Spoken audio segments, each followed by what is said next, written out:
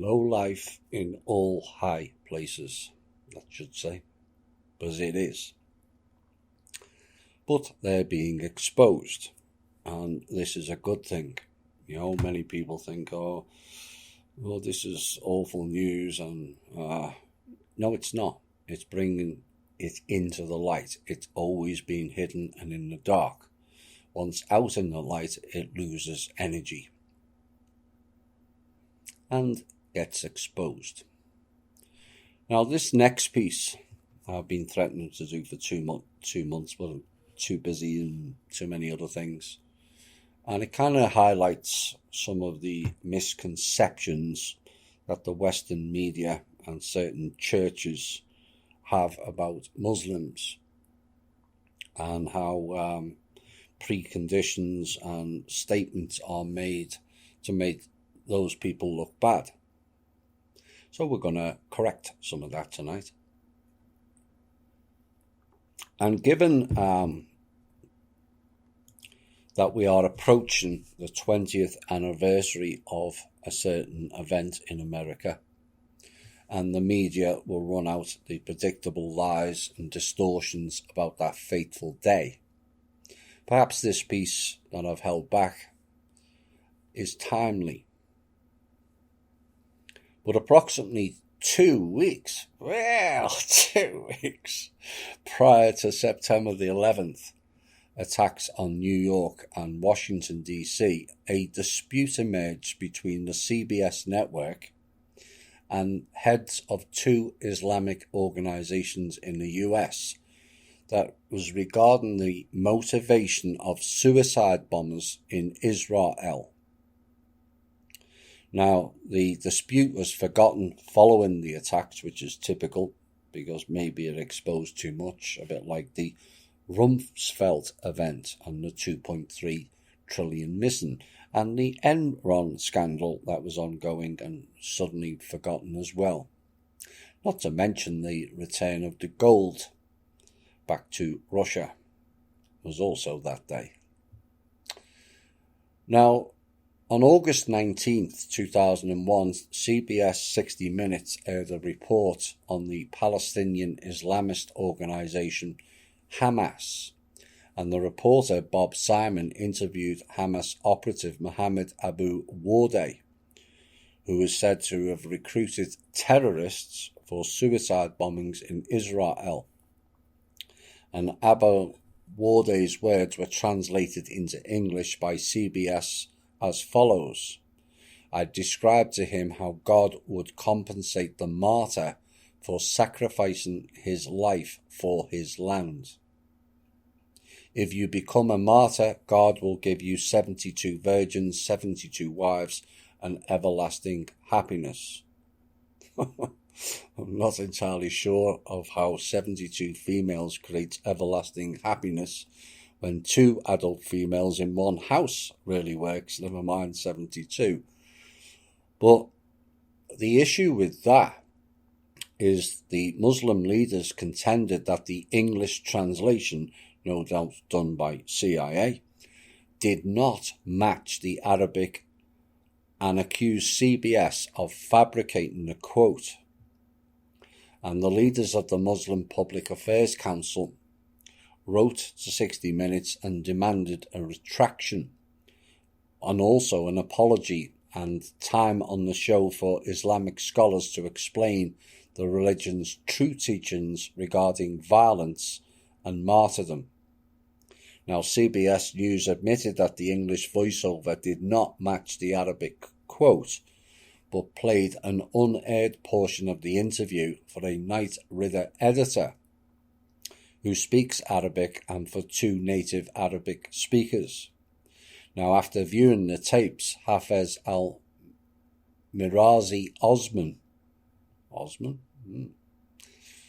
Tim Osman, well, I never.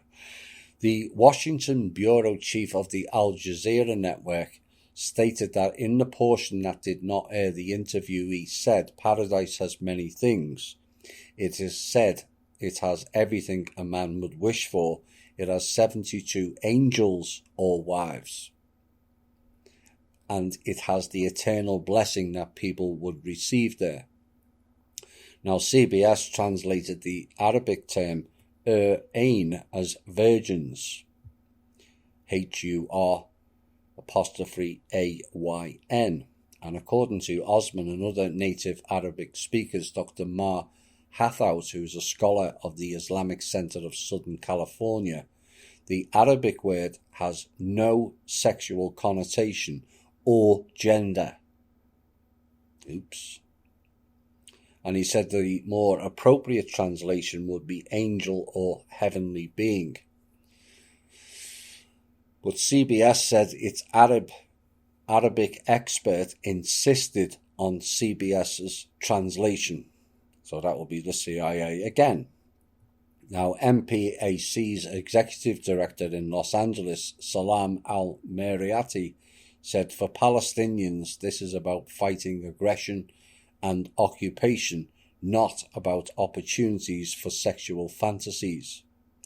And he added that the issue is important to the estimated 7 to 10 million Muslims who he claims live in the US because it confirms their fears that media organizations are intent on defaming their faith. Now, in a published report, Hathout added, there is nothing in the Quran or in Islamic teachings about 72 virgins or sex in paradise. 0. And he said this is ridiculous, and every true Muslim knows that. And quite often the authorities and agencies use distorted sexual connotations to denigrate a group or people. And so this is no surprise, to be quite honest. And according to Hathout, the worst case scenario is that there is a deliberately spinning of the news. Well, I never. And he said it's fashionable now to present the Muslims as particularly susceptible to being crazy or blowing themselves up. And the martyr's reward in Islamic tradition, Meriati's and Hathout's claims aroused the ire of Sheikh Abd al-Hadi Palazzi, who's the head of the Cultural Institute of the Italian Islamic community. And Palazzi wrote, the only ridiculous thing is that someone who claims to be an Islamic scholar, Hathout makes public statements which prove beyond any possible doubt that he has never read the Tafsir Quranic commentary of Ibn Kathir and the Sunan religious rulings based on the customs of the Prophet of Imam al-Tirmidhi, which are basic books for the knowledge of Islam. And unfortunately, this attribution of chairs to ignoramuses seems to be the rule in American Islamic centers controlled by the fundamental network of the Muslim Brotherhood. The Muslim Brotherhood. Guess where that was founded? Egypt. Which will be no surprise to our listeners. And it gained international popularity with the Nation of Islam group that was fronted by none other than Malcolm X. Oops. Now, its current leader is none other than Barack Obama and is connected to various agencies to cause disruption, division and fulfill establishment agendas. But according to Islamic tradition, the Sheikh Palazzi states that there are 72 wives for every believer who is admitted to paradise, not only for a martyr. And he said the proof is in the Hadith, Islamic tradition collected by al-Tirmidhi in the book of Sunan. Now, Palazzi added that it's also quoted by Ibn Kathir, a bit like Ibn Sa'd, and in verse 72 is mentioned by Daraj ibn Abi Hatam that Abu al-Haytham Abdullah ibn Wahb narrated from Abu Sa'id al-Khudri, who heard the Prophet Muhammad saying, the smallest reward for the people of paradise is an abode where there are 80,000 servants and 72 wives. Really? And that's paradise? I'm not so sure 72 wives and the 80,000 servants think of it as paradise. Over which stands a dome. How interesting, a dome. Hello, Antarctica. Hello, Toronto. Just saying. With pearls, aquamarine and ruby as wide as the distance from Al-Jabiya, a Damascus suburb, to Sanara. Now, Palazzi cites verse 74 of the same surah. The chastity of the black-eyed was not violated by man nor jinn to prove that they are virgins. The chastity of the black-eyed was not violated by man nor jinn. Nor jinn? And what that comment confirms is astral rape. Why would you even reference jinns as having sex with a female otherwise? Now, in addition, the black-eyed are mentioned in 3 other surahs in the Quran: Al-Dukhan 54, Al-Tir 20, and Al-Waqiah 20. And it says, women with downcast eyes. That is, chaste women or virgin women are mentioned in 3 surahs: Al-Rahman 56 to 58, Al-Safat 48, and S 52. And the Al-Azhar University in Egypt, the main authority for Sunni Islamic rulings, also takes the black-eyed seriously. Al-Azhar's unofficial website features a religious ruling section in which the institution's clerics answer questions by readers from all over the world. And an Australian Muslim asked the following: if men in paradise get the black-eyed, what do the women get? And the answer provided by the Deputy Director of Al-Azhar Centre, Sheikh Abd al-Fattah Garman, read, "The Quran tells us that in paradise believers get the black-eyed, as Allah has said, and we will marry them to the black-eyed." And it said the black-eyed are white and delicate, and the black of their eyes is blacker than black, and the white of their eyes is whiter than white. Oh dear. And he said, to describe their beauty and their great number, the Quran says they are like sapphire and pearls in their value, in their colour, and in their purity.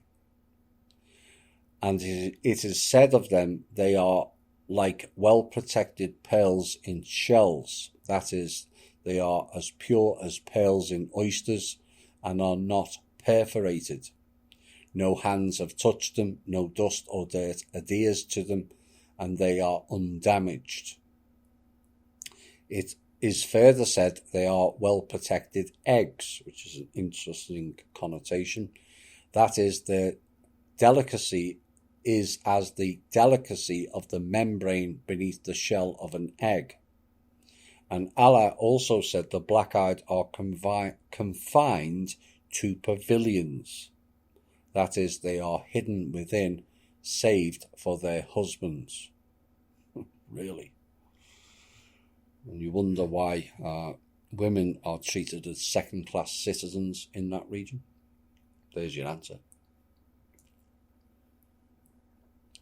And what is spoken of these black-eyed, which has other connotations again, the black-eyed children, or children of the black sun, they're one and the same. And allegedly they were first created in paradise, but some of them are women who came to paradise from this world and are obedient Muslims who observe the words of Allah and we created them especially, and have made them virgins, loving, and equal in age. Sounds like cloning to me. This means that when the women of this world are old and worn out, Allah creates them anew after their old age into virgins who are amiable to their husbands. Equal in age means equal to one another in age. And at the side of the Muslim in paradise are his wives from this world, if they are among the dwellers in paradise, along with the black-eyed of paradise. If a woman is of the dwellers in paradise, but her husband in this world is not of the dwellers in paradise, as in the case of Asia, the wife of Pharaoh. Pharaoh's in Asia. Well, I never. She is given to one of the dwellers in paradise, who is of the same status. All sounds very hierarchical to me. And regarding the woman who is married during her life to more than one man in this world, and all her husbands are dwellers in paradise, she may choose among them, and she chooses the best of them. And it is said that Salma asked the Prophet, O Prophet of Allah, a woman marries 1, 2, or 4 husbands in this world, and later she dies and enters paradise, and they enter with her. Which of them will be her husband? And the Prophet answers, she chooses the best of them, saying, O Allah, this is the best of them that was with me in this world, marry me to him. Thus it is known that the women of paradise also have husbands. Every woman has a husband. If her husband in this world is of the dwellers in paradise, he becomes her husband in paradise. And if her husband in this world is an infidel, she is given one of the dwellers in paradise who is suited to her in status and in the strength of his belief. Now the question of belief, and we're back to Dr. Hathout, described the Quran passages as nothing more than folklore, saying that such descriptions of paradise aren't meant to be taken literally, just as many Christians do not really believe heaven has streets paved with gold. But the question is whether every true Muslim knows that there is nothing in the Quran or in Islamic teachings about virgins or sex in paradise, or parasitic, as Dr. Hathout called it. Indeed, that's why they're mentioning jinns.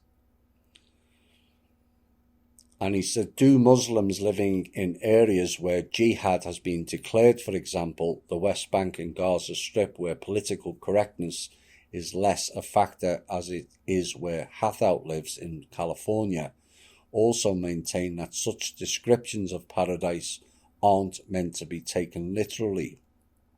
And moreover, the more important question is, what do the clerics say? Now, the death announcements of martyrs in the Palestinian press often take the form of wedding, not funeral announcements, and blessings will be accepted immediately after the burial and up to 10 p.m. at the home of the martyr's uncle, read one suicide bomber's death notice. And with great pride, the Palestinian Islamic Jihad marries the member of its military wing, the martyr and hero Yasser al-Adhami, to the black-eyed, read another, the black-eyed. Now, Al-Rizla, the Hamas spokesperson, published the will of Saeed al-Hutari, who carried out the June 1st, 2001 suicide bombing outside the disco near Dolphinarium in Tel Aviv that killed 23, mostly teenage girls. And he said, I will turn my body into bombs that will hunt the sons of Zion, blast them and burn their remains, al-Hutari wrote. Call out in joy, O my mother, distribute sweets, O my father and brothers. A wedding with the black-eyed awaits your son in paradise. and the same view is also evident in news reports in the Palestinian press. Thus, for example, the reporter Nafuz al-Bakari reported the death of Wael Awad as follows. The mother of Wael Awad from Deir el-Balah did not plan on holding a second wedding for her eldest son after his marriage on August 10, 2001 to his fiancée in a simple ceremony that was attended only by the family. But yesterday was Wael's real wedding day, they say, and the angels of the merciful married him together with the other martyrs to the black-eyed, as all around them rose the cries of joy that his mother dreamed of on the day of his wedding to his fiancée. Now, the Hamas official Ashraf Sawafta told of a ceremony honouring Izz al-Din al-Masri, who carried out the suicide bombing on the Sbarro pizza place in central Jerusalem on August 9, 2001, and his relatives distributed sweets, candy in America, and accepted their son as a bridegroom married to the black eye, not as someone who had been killed and was being laid in the ground. Now, the uncle of Nassim Abu Azi, who died while attempting to carry out an attack, said that when the deceased was asked why he was not married, he would always reply, "Why should I relinquish the black-eyed to marry women of clay? For example, flesh and blood." And he said this is part of the Islamic belief, according to the Hamas leader Ismail Abu Shanab, who once explained that to the Associated Press. And he said anyone who dies a martyr's death has a reward. If the martyr dreams of the black-eyed, he'll get her. And the Hamas movement educates the children in its schools beginning in kindergarten to believe that a martyr is given virgins in paradise. Really? Why would you teach that to kindergarten people? And Jack Kelly of USA Today visited Hamas schools in Gaza City, where he saw an 11-year-old boy speak to his class, whereby he said, "I will make my body a bomb that will blast the flesh of Zionists, the sons of pigs and monkeys. I will tear their bodies into little pieces and I will cause them more pain than they will ever know." And his classmates shouted in response, "Allah Akbar," and his teacher shouted, "May the virgins give you pleasure." A 16-year-old Hamas youth leader in a Gaza refugee camp told Kelly most boys can't stop thinking about the virgins. Along with the media, Palestinian Muslim clerics also help instill this belief, which tells me they're part of the system and establishment and the problem. And in an interview with the Egyptian daily Al-Aram Al-Arabi, the Palestinian Authority Mufti Sheikh Ikrima Sabri was asked what he felt when he prayed for the soul of a martyr, and he answered, "I feel that the martyr is lucky because angels bring him to his wedding in paradise." I spoke with one young man who told me I want to marry the black-eyed women in paradise. The next day, he died a martyr's death. I am certain that his mother was filled with joy over his heavenly wedding. Such a son is worthy of such a mother. And Sheikh Abdul al-Salam Abu Shukaydam, the chief mufti of the Palestinian Authority police force, mentioned the black-eyed as one of the rewards of the martyrs. From the moment the first drop of his blood is spilled, he does not feel the pain of his wounds, and he is forgiven for all of his sins. He sees his seat in paradise. He is saved from the torment of the grave. He is saved from the great horror of Judgment Day. He marries the black-eyed. He vouches for the 70 of his family members. He gains the crown of honour, the precious stone of which is better than this entire world and everything in it. Now, in a broadcast on Palestinian television, Sheikh Ismail al-Radwan declared he has given 72 black-eyed, and the Americans and the eunuchs at their side, the rulers of Arab and Islamic countries, think that if they kill us, they will win, wrote Dr. Yunus al-Astal, who is a lecturer in the Islamic Law Department at Gaza Islamic University. And he said they do not know that with their weapons they only expedite our arrival in paradise. We yearn to reach paradise. It is our abode, and in it are the black-eyed, confined to pavilions, and also there are women with downcast eyes whose chastity has not been violated before us, either by man or jinn. And in contrast, the value of this world in which we live, which they, the Americans and the Arab rulers, think that they have attained, is in our eyes not worth the wing of a mosquito. In an interview with the Israeli daily Haaretz, Sheikh Raed Salah, the leader of the Islamic movement in Israel and the most prominent political and religious leader of Israel's Arab population, was asked, do 70 virgins, which has changed, it's dropped off by 2, a bit like 2 weeks, await a shaheed, a martyr in paradise? And he said, on this matter we have proof, but you don't. It is written in the Quran, it is not, and in the Sunnah, the traditions about the life of Muhammad. This matter is clear. Shaheed receives from Allah 6 special things, including 70 virgins, they've been sold short, no torment in the grave, and the choice of 70 members of his family and his confidants to enter paradise with him. And the suicide attackers who carried out the September 11th attacks also believed that the black-eyed were one of the rewards awaiting them in paradise, except there was none on both counts. And the letter of instructions that was placed there by CIA officials in Nawaf al-Hamzi's car mentioned the black-eyed twice. Don't show signs of uneasiness and tension. Be joyful and happy.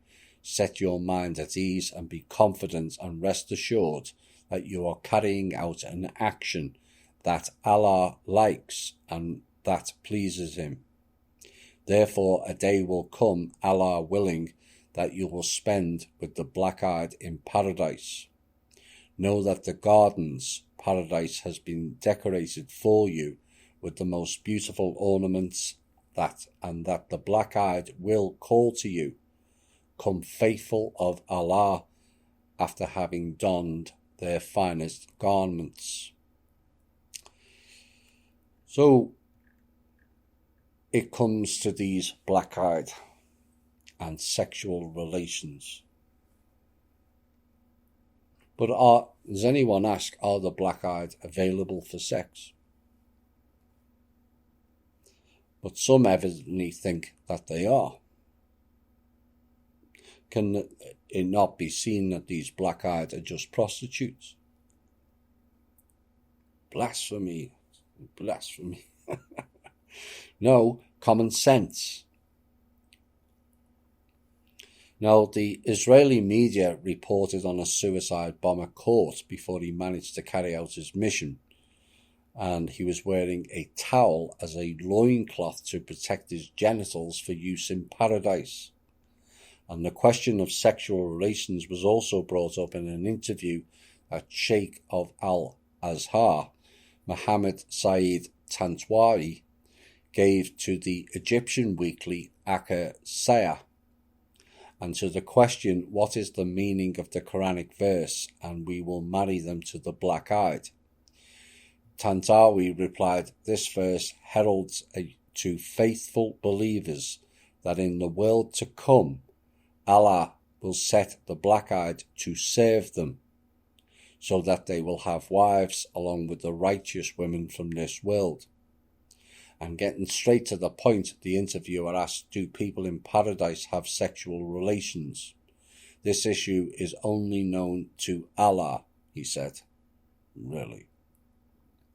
It is enough that we know that paradise offers everything to satisfy the soul and gladden the eye. What, just having sex? Really? And regarding other private matters, only Allah knows. It is enough for us that the Quran says it has everything to satisfy the soul and gladden the eye, and in it you have life everlasting. Oh dear, the seduction program. And in a review of the Egyptian press in the London daily Al-Quds Al-Arabi, the veteran Egyptian journalist Hassanein Khurram explained that Sheikh Tantawi knowingly gave a vague answer to the question so as to avoid a scandal like the one created a few years previously by the late author and journalist Mohammed Galal Al-Kushk. Al-Kushk wrote, the men in paradise have sexual relations not only with the women who come from this world and with the black-eyed, but also with the serving boys. Sounds like a White House gathering to me. And according to Khurram, Al-Kushk also stated in paradise, a believer's penis is eternally erect. Really? Common sense question is, why would you want an eternally erect penis? And perhaps their paradise realm is another pharmaceutical club called the Viagra realm. Just saying. But it's a fascinating insight into the world of Islam and Muslim, where yet again the deception and seducement program of religion is teaching children from a young age to murder people in exchange for sex and wives. And this is just wrong on many levels. And does anyone ask why you have to be a martyr to get wives, sex, and alleged paradise? What happens to just being nice and caring people? The eternal promise of something better is just on the other side. A bit like the 5D people, really. But how can you assume that is the case if no one knows where it is? And the issue is, if paradise or 5D is all so much better, what makes you think or assume you will be going to it in the first place? Is that not a tad presumptuous or arrogant? And the issue is, if you haven't fixed yourself here first, before you consider yourself ready for some fabled place known as paradise or 5D, how do you think it's going to turn out? But too few look at the real issue. How is a religious organisation telling people to commit murder in exchange for sex of any sort of soul value? Is it righteous, holy, divine? Or is it just an evil seducement game generating karma for themselves, whilst the evil ones hide in the shadows, laughing hysterically?